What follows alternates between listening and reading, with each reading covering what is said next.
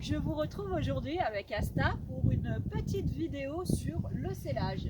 Donc au niveau du galop 2, on va vous demander de savoir mettre parfaitement la selle et le filet. Alors, j'ai brossé mon poney, il est propre, je m'assure que les parties où la selle pose sont propres aussi, c'est-à-dire que le passage de sangle est nettoyé. Donc je peux passer ma main, je sens bien qu'il n'y a pas de boue. Et qu'est-ce qu'elle vient s'incruster sur la vidéo.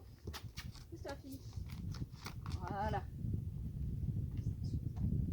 Le garrot, bref, toutes les parties où il peut y avoir du contact, il faut vraiment que ça soit propre.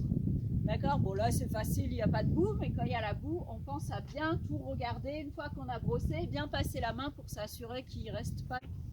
Alors, donc j'ai préparé mon tapis. Le tapis, il va dans le sens, on met toujours les oreilles du tapis vers les oreilles du poney. Ça sert à passer la sangle, donc c'est forcément à l'avant. Ensuite, suivant les tapis, il y a des découpes qui se font, ils sont plus ou moins prononcés, et ça, il va falloir épouser un petit peu la forme du dos du cheval. C'est-à-dire qu'un cheval avec un garrot proéminent va avoir un tapis avec un petit peu plus de marque qu'un poney qui aura un tapis plus plat. Donc je vois un petit peu la forme de mon tapis par rapport au dos du cheval. Là on est bon.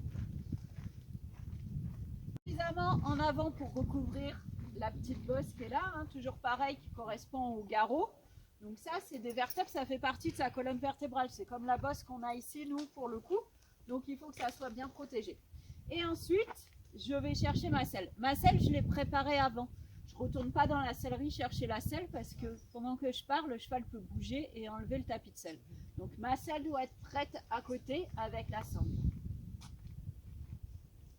Là j'ai un mauvais élève qui n'a pas remonté les étriers sur la selle.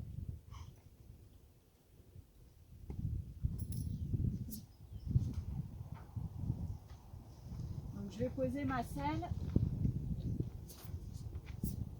sur le dos de mon poney. Et je vais faire ce qu'on appelle dégarroter, c'est-à-dire que je vais soulever la crinière, je vais soulever le tapis et je vais m'assurer que rien ne gêne entre le tapis, ma main, je sors tous les crins pour être sûr qu'il n'y ait pas rien qui frotte. C'est comme nous quand on met un pull, si vous avez les cheveux qui sont restés, bon ça risque pas de m'arriver à moi, mais si vous avez les cheveux qui sont restés coincés sous la veste, c'est gênant, ça va être pareil pour votre cheval. Une fois que j'ai fait ça, je peux passer les passants de la sangle. Alors ici, ils sont longs. Toutes les sangles ne sont pas pareilles. Toutes les sangles et toutes les selles ne sont pas faites pareil. Ici, j'ai un sanglage barbe, donc un petit peu comme les selles des Shetland. Donc je passe dans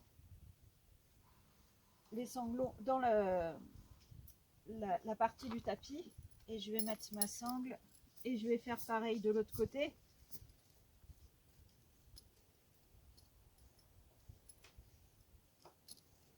Voilà. Donc la sangle, quand je la mets, on va faire un gros plan parce qu'il y a quelque chose d'important à voir là. Vous voyez sur la sangle, il y a un petit truc qui tourne. Ce petit truc qui va vous faciliter la vie quand vous allez mettre et enlever votre sangle. Si vous mettez dans l'autre partie, dans la partie qui est là, ça il y en a plein qui me font l'erreur, ça va être plus difficile à mettre et ça va être très difficile à enlever.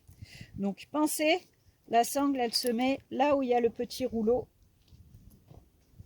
pour que ça soit plus facile. Et je vais faire pareil de l'autre côté. Je fais le tour de mon cheval. Je m'assure de l'autre côté que tout soit bien mis. Pareil, je revérifie mon dégarrotage. Je vérifie qu'il n'y ait pas de plis sous la selle. Je vais passer mes sangles, mes contre-sanglons dans le passage du tapis. Et je prends ma sangle que j'attache de l'autre côté. Alors au début, la sangle, je ne la serre pas beaucoup. Hein. C'est juste pour que ça tienne. Je ressanglerai mon poney quand il aura marché. Et que la selle se sera un petit peu plus mise en place. Voilà. Donc, le sanglage c'est fait, le sellage c'est fait. Pour l'instant, les étriers peuvent rester sur la selle. et je vais passer au filet. Alors une fois que mon cheval a été scellé, je vais passer au filet. Avant de mettre le filet, j'ai mis ma bombe. Pourquoi? Parce que quand je vais mettre le filet à mon cheval, je vais devoir lui mettre le licol autour du cou. Il va rester avec le licol autour du cou, les rênes qui pendent. Ça peut être un danger potentiel pour lui. Il est en insécurité. Donc je ne m'éloigne pas de lui. Une fois que je dois mettre le filet, je ne recours pas à la sellerie pour aller chercher ma bombe. Tout est prêt. J'ai préparé ma bombe, ma cravache si j'ai besoin, que j'ai juste à partir. Je vais lui mettre le filet, le licol autour du cou.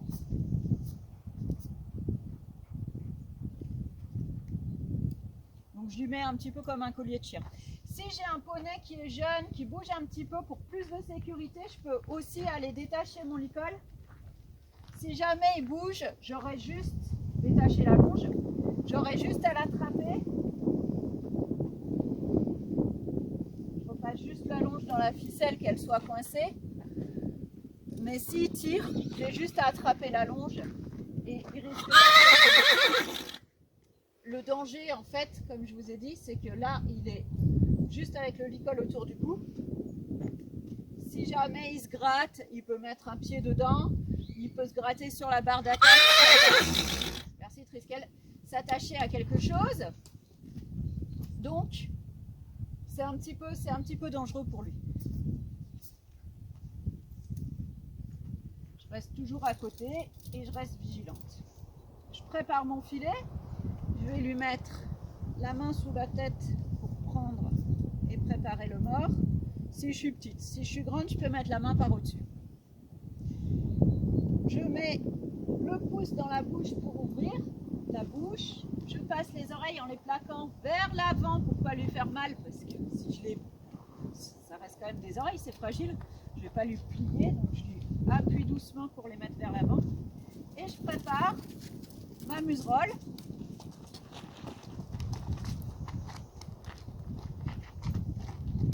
On se fait envahir. Ma muserolle et ma sous-gorge. Donc, pour mettre le pouce dans la bouche du cheval, je vais mettre le pouce dans la partie où il n'y a pas de dents. Ici, sur le côté. Mon cheval, c'est un herbivore, donc il y a toujours une partie là où il n'a pas de dents. Pourquoi? Parce qu'il n'a pas de canine, il ne mange pas de viande, donc les dents qui sont sur le côté qui servent à couper la viande, lui, il n'en a pas besoin. Il a des dents devant pour arracher l'herbe et dans le fond pour la mâcher. La muserolle, pour le serrage, doit pouvoir mettre 2 doigts. 2 doigts, c'est ça. Hein. 2 doigts entre la tête de mon cheval et la muserolle. Il ne faut pas que ce soit serré. De la même manière, là j'ai l'os de la joue, la muserolle doit être aussi à 2 doigts de l'os de la joue. Sous-gorge, le poing serré. Là le cheval, il a besoin de la sous-gorge en fait pour pas que le filet bascule par-dessus. Mais par contre, si je lui serre, ça va l'étrangler à l'effort. Ça va l'étouffer, ça va l'empêcher de respirer. Donc le poing serré pour être sûr qu'il ne soit pas étranglé. Une fois que j'ai fait tout ça, bah, je suis prête. Je peux enlever mon licol. Je le pose sur la barrière pour pas que le suivant qui va préparer son cheval se retrouve embêté avec un licol qui traîne par terre. Et vous aussi faites attention, si votre cheval est attaché avec un licol posé au sol, il peut mettre un pied dedans en grattant. Donc, ne laissez pas d'affaires dans les pieds des chevaux. C'est valable aussi pour les boîtes de pansage avec les bonbons, les brosses, tout ce que votre cheval peut fouiller et mettre les pieds, on évite. C'est bon. Voilà, donc vous savez tout sur le sellage. Asta était bien sage. Allez travailler. Alors, je rentre dans ma balade, donc je vais rattacher mon poney avec le licol autour du cou. Si c'est emmêlé, on peut détacher le morceau de la longe.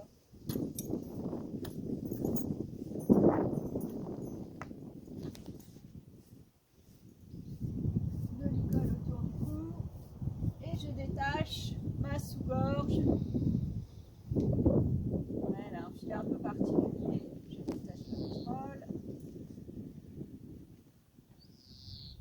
Les rênes par-dessus la tête. Et là, je je remets le licol en entier avant d'aller ranger mon filet. Toujours pareil, mon cheval en sécurité.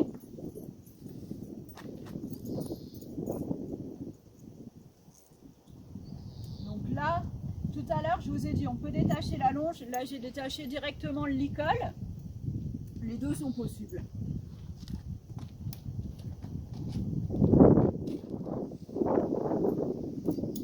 Voilà, elle est attachée correctement, elle est en sécurité. Sur cette selle-là, je ne vais pas pouvoir vous montrer comment on monte les étriers parce que c'est des étriers un peu particuliers. Donc je vais juste me tenter de les croiser et je vais désengler.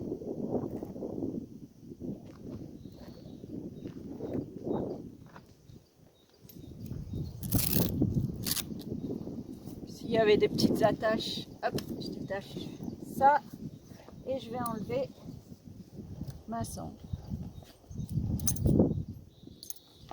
Voilà. Je vais faire pareil à droite.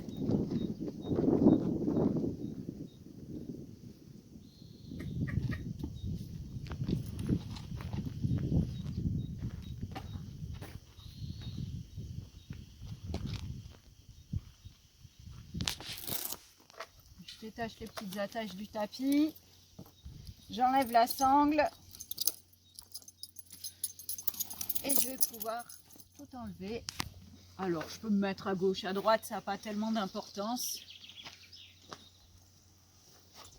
Là, c'est plus pratique pour moi parce que la sellerie est à droite. Donc, je peux aller ranger mes affaires. Pour remonter les étriers sur la selle, je prends mon étrivière, je remonte l'étrier dans la partie inférieure et je passe dedans pour la coincer.